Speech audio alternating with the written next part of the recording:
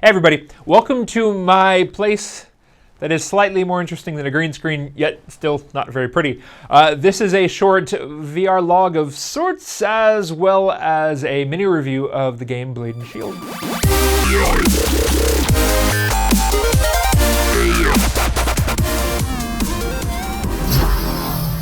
First off, you may be asking yourself why I have a wand. The answer to that is there really is no reason at all. All right, so let's begin the tour. Behind me, you'll see some very beautiful bookshelves. I was far too lazy in order to actually make all these objects myself and place them all. So instead, I wrote a quick program to programmatically generate lots and lots and lots and lots of books. Every time I reload this, all the books change. But anyway, one quick note, you will see that the books here have some of my favorites in it. Let's see, did I get, yeah, there we have some Stormlight Archive.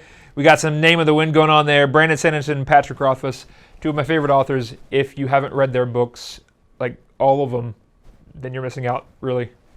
All right, swinging around. Nothing too impressive, but it is a work in progress. So the goal of this thing is to eventually have a bunch of developers, like assets and fun toys inside of here, so that I can show off their cool toys. So here, let me look down, and this is pretty much it. The only thing to note really is the stained glass ceiling. I'm very proud of this. Those are a bunch of the different game headers. No real rhyme or reason as to why I picked the ones that I did, just sort of went alphabetical order and said, oh yeah, I remember liking that game and that game. Anyway, that's pretty much it. And cue the game! I don't even know what I'm doing here anymore. Anyway, so while the gameplay over here is going on, just so you can see some of the highlights from a few days ago, I'm going to talk very, very, very briefly about it. This game is fun. It's $5, so don't expect to go in for something that is absolutely going to blow your mind. But for $5, this game is definitely worth getting. It is, yet again, another wave-based game, but this one, well, it's got energy swords, also known as lightsabers. Yes, you have lightsabers in this game. They look exactly and they feel exactly like a lightsaber, so I'm just going to call them a lightsaber. Forget this whole, nonsense about not calling them lightsabers. Anyway, so you have lightsabers, and your goal is to survive. It is a leaderboard-based, wave-based shooter game where you have several enemies out in front of you, and they are trying to destroy you with little balls of light. Your goal is to block them. You have an energy sword in one hand, and a shield in the other, or shields in both hands, or energy swords in both, whatever you want to do.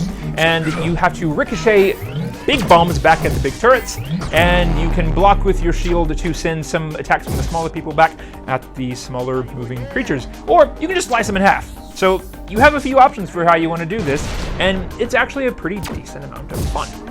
For $5, you really can't go wrong with this. Now, don't go into this expecting to spend hours and hours, because it is incredibly simple, and once you've mastered it, it's really only going to be up to the leaderboard junkies to put multiple hours into this game. But it is fun, and after a few minutes, I did actually work up a pretty decent sweat. So I can imagine this one being another one of those active games if that's one of the things that you drive for, which I do enjoy those. It's not nearly as physically strenuous as something like Hollow Point, but it does move you around enough to where you're having some fun and building up a little bit of a sweat at the same time. So anyway, like I said, very short, not a whole lot I can do on this game. It's a wave-based shooter, you attack things and you defend things. That's pretty much it. You stay in one spot the whole time. But for $5, it is fun, like I said.